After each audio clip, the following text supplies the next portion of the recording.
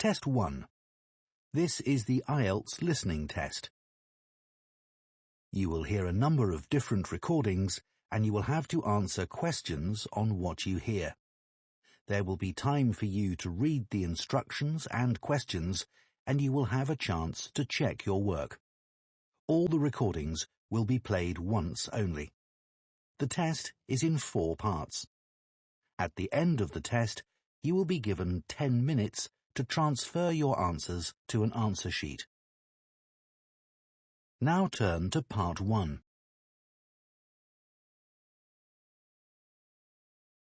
Part 1. You will hear a teaching assistant calling a country park about a school visit. First, you have some time to look at questions 1 to 6.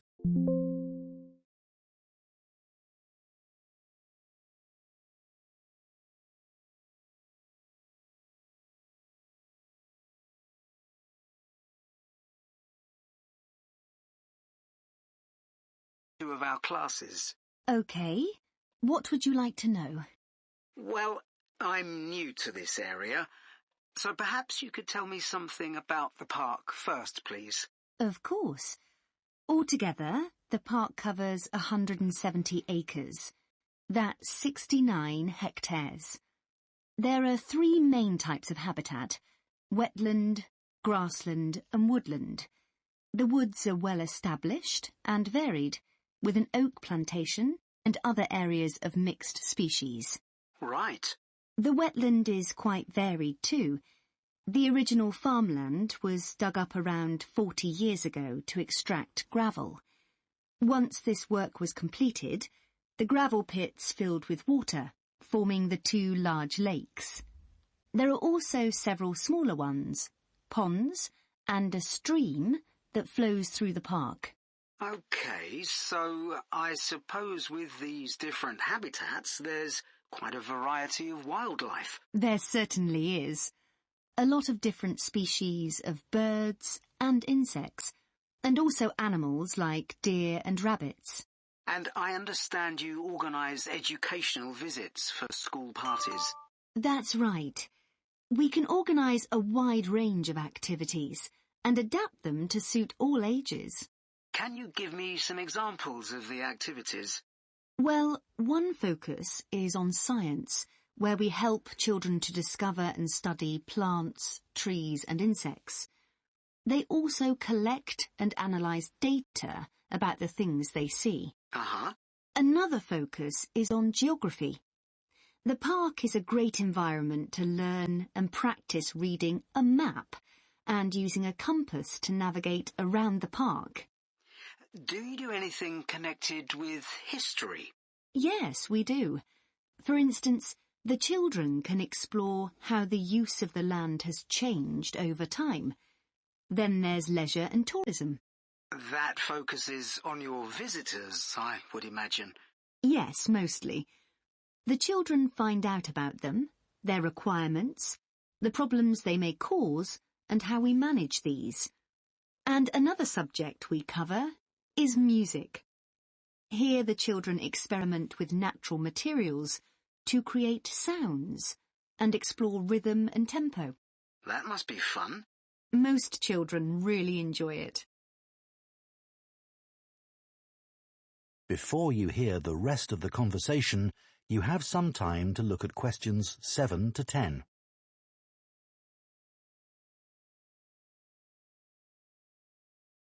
Now listen and answer questions 7 to 10. And, of course, all the activities are educational too. Learning outside the classroom encourages children to be creative and to explore and discover for themselves. I would imagine they get a sense of freedom that might not be a normal part of their lives. That's right. And very often, the children discover that they can do things they didn't know they could do, and they develop new skills. This gives them greater self-confidence. It sounds great. So, what about the practical side of it? How much does it cost for a full-day visit? We would expect to bring between 30 and 40 children. If there are over 30, it costs £4.95 for each child who attends on the day. We invoice you afterwards, so you don't pay for children who can't come because of sickness, for example. There's no charge for leaders and other adults, as many as you want to bring. That sounds very fair. Well, thanks for all the information. I'll need to discuss it with my colleagues, and I hope to get back to you soon to make a booking. We'll look forward to hearing from you. Goodbye. Goodbye, and thank you. That is the end of Part 1. You now have 1 minute to check your answers to Part 1.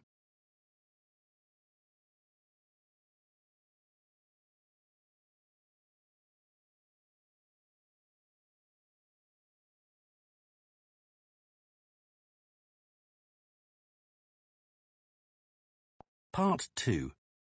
You will hear the chairman of Stanthorpe Twinning Association, which organises the link between Stanthorpe in England and a town in France, talking to members about the year's events. First, you have some time to look at questions 11 to 15.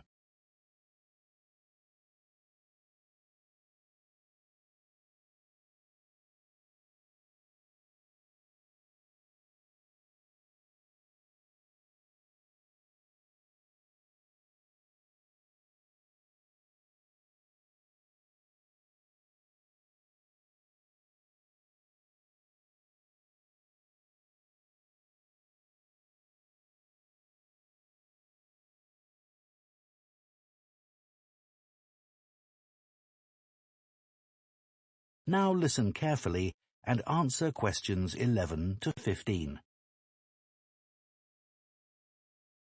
It's great to see so many members of the Twinning Association here tonight.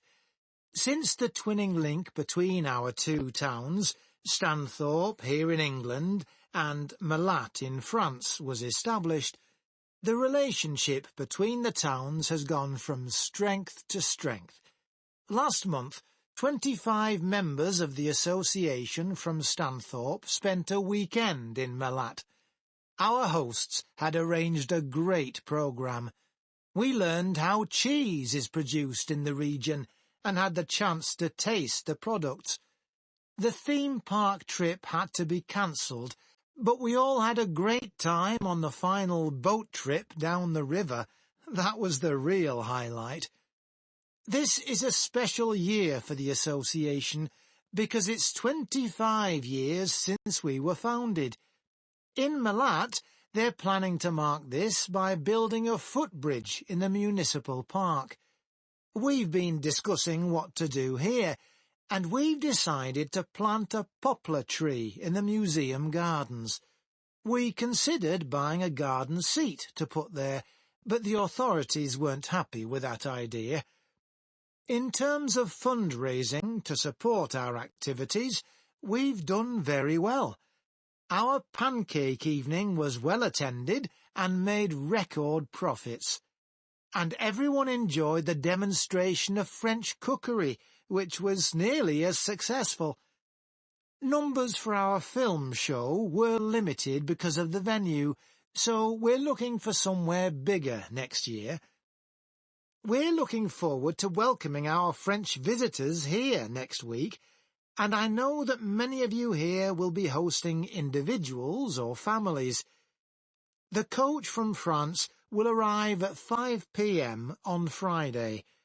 Don't try to do too much that first evening, as they'll be tired, so have dinner in the house or garden rather than eating out. The weather looks as if it'll be okay, so you might like to plan a barbecue.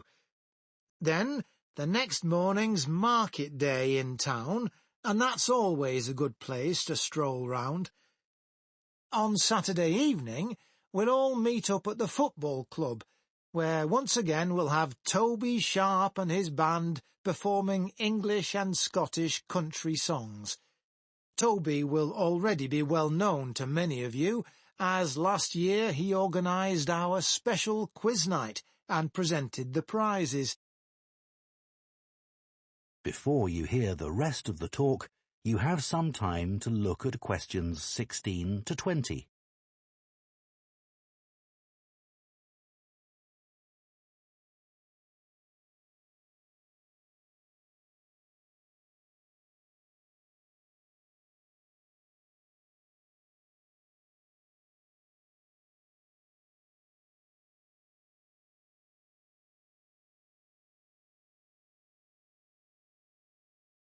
Now listen and answer questions 16 to 20. Now, on Sunday, we'll be taking our visitors to Farley House. You may not all be familiar with it, so here's a map to help you. You can see the car park at the bottom of the map. There's an excellent farm shop in the grounds where our visitors can buy local produce.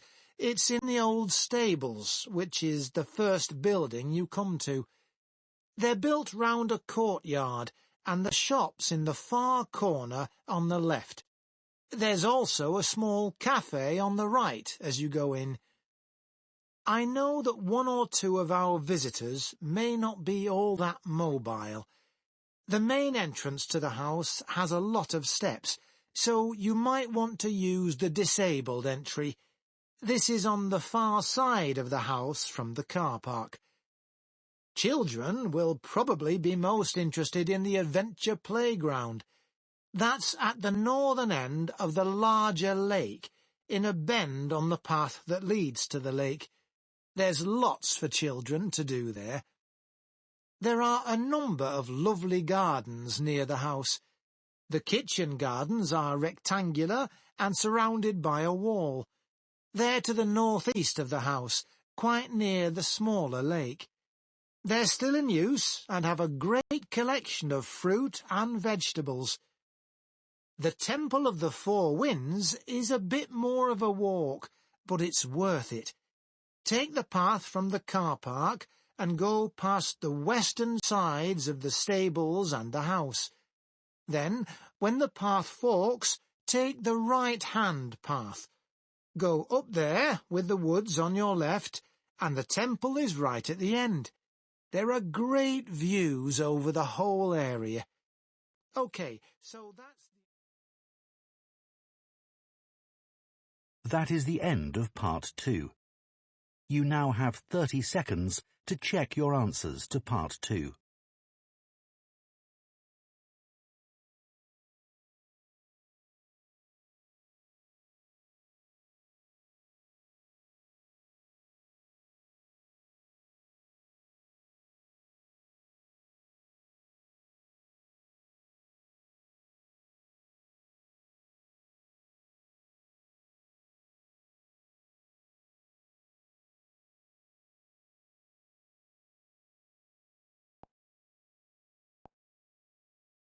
Part 3. You will hear two food science students called Marie and Colin discussing their final year projects. First, you have some time to look at questions 21 to 24.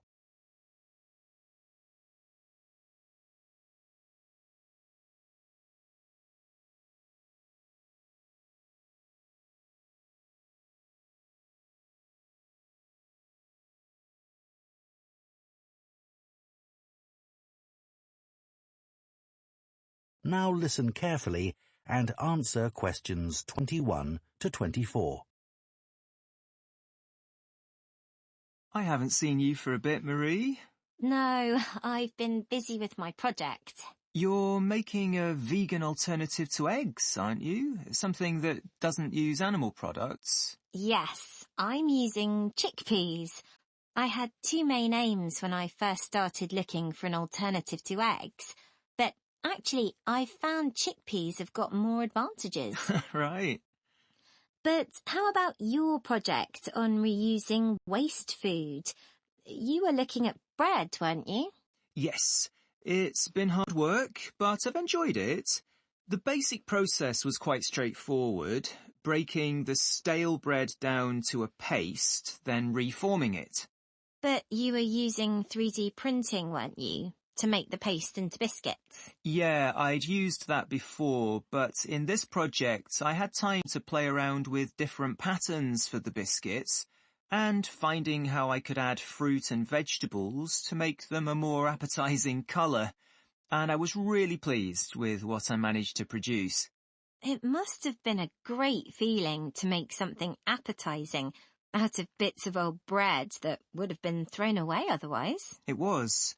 And I'm hoping that some of the restaurants in town will be interested in the biscuits. I'm going to send them some samples. I came across something on the internet yesterday that might interest you. It was a company that's developed touch-sensitive sensors for food labels. It's a special sort of label on the food package. When the label's smooth, the food is fresh. And then when you can feel bumps on the label, that means the food's gone bad. It started off as a project to help visually impaired people know whether food was fit to eat or not. Interesting. So, just solid food? No, things like milk and juice as well. But actually, I thought it might be really good for drug storage in hospitals and pharmacies. Right. And coming back to food, maybe it'd be possible to use it for other things besides freshness, like how many kilograms a joint of meat is, for example. Yes, there's all sorts of possibilities. Before you hear the rest of the discussion, you have some time to look at questions 25 to 30.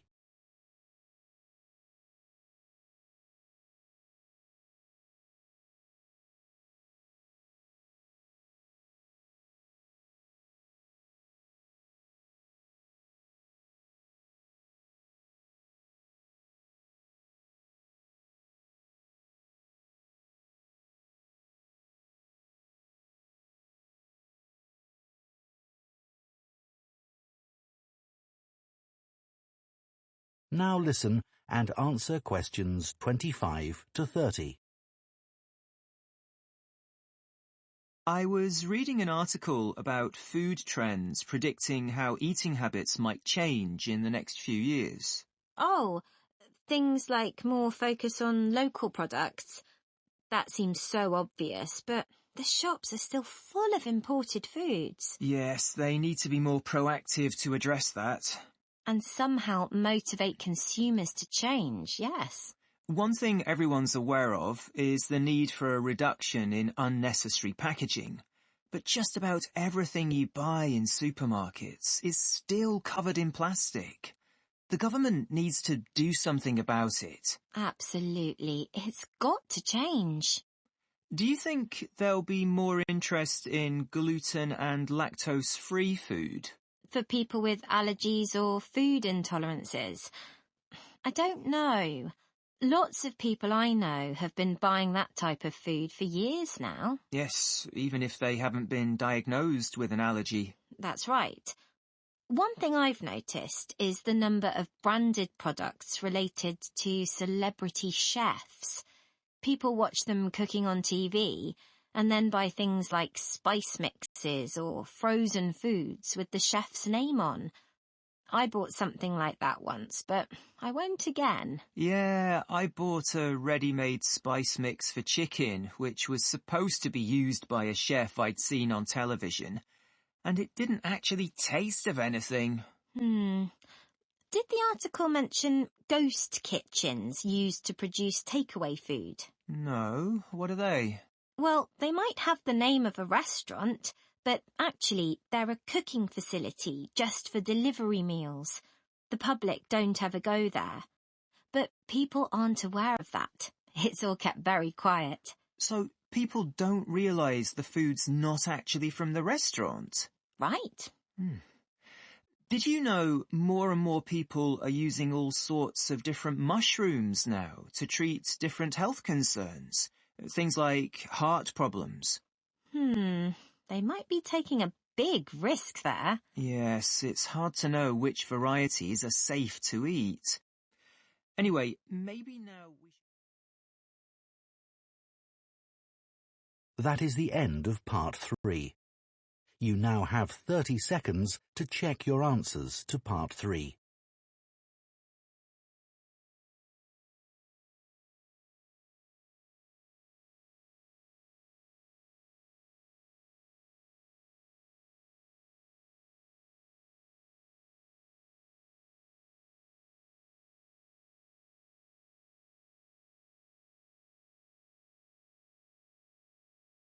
Part 4. You will hear an archaeology student giving a presentation on an important site in Ireland called the Cagey Fields. First, you have some time to look at questions 31 to 40.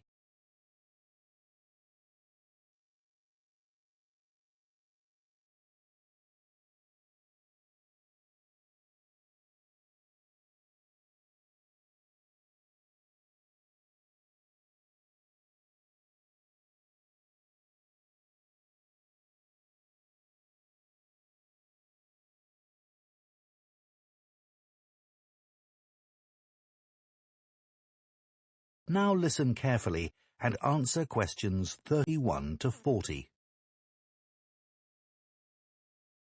For my presentation today, I'm going to talk about the Cagey Fields in the northwest of Ireland, one of the largest Neolithic sites in the world. I recently visited this site and observed the work that is currently being done by a team of archaeologists there. The site was first discovered in the 1930s by a local teacher, Patrick Caulfield.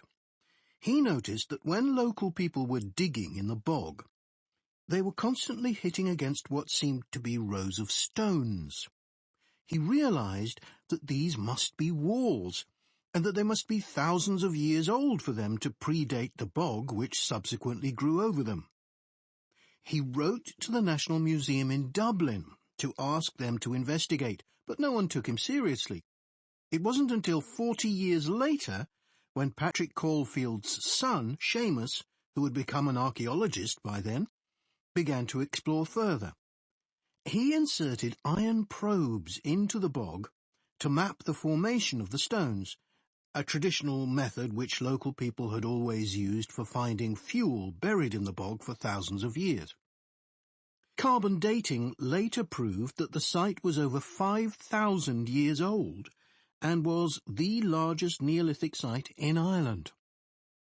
Thanks to the bog which covers the area, the remains of the settlement at Cagey Fields, which is over 5,000 years old, are extremely well preserved. A bog is 90% water, its soil so saturated that when the grasses and heathers that grow on its surface die, they don't fully decay but accumulate in layers.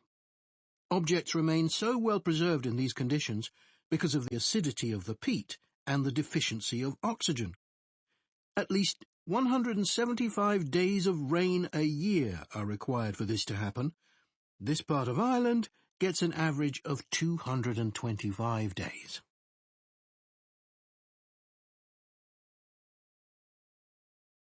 The Neolithic farmers at Cagey would have enjoyed several centuries of relative peace and stability. Neolithic farmers generally lived in larger communities than their predecessors, with a number of houses built around a community building. As they lived in permanent settlements, Neolithic farmers were able to build bigger houses. These weren't round, as people often assume, but rectangular, with a small hole in the roof that allowed smoke to escape. This is one of many innovations and indicates that the Neolithic farmers were the first people to cook indoors. Another new technology that Neolithic settlers brought to Ireland was pottery. Fragments of Neolithic pots have been found in Cagey and elsewhere in Ireland. The pots were used for many things, as well as for storing food. Pots were filled with a small amount of fat, and when this was set alight, they served as lamps. It's thought that the Cagey Fields were mainly used as paddocks for animals to graze in. Evidence from the Cagey Fields suggests that each plot of land was of a suitable size to sustain an extended family. They may have used a system of rotational grazing in order to prevent overgrazing and to allow for plant recovery and regrowth. This must have been a year-round activity, as no structures have been found which would have been used to shelter animals in the winter. However, archaeologists believe that this way of life at KG ceased abruptly. Why was this? Well, several factors may have contributed to the changing circumstances. The soil would have become less productive and led to the abandonment of farming. The crop rotation system was partly responsible for this, as it would have been very intensive and was not sustainable. But there were also climatic pressures too. The farmers at KG would have enjoyed a relatively dry period, but this began to change, and the conditions became wetter as there was a lot more rain. It was these conditions that encouraged the bog to form over the area, which survives today. So now I'd like to show you some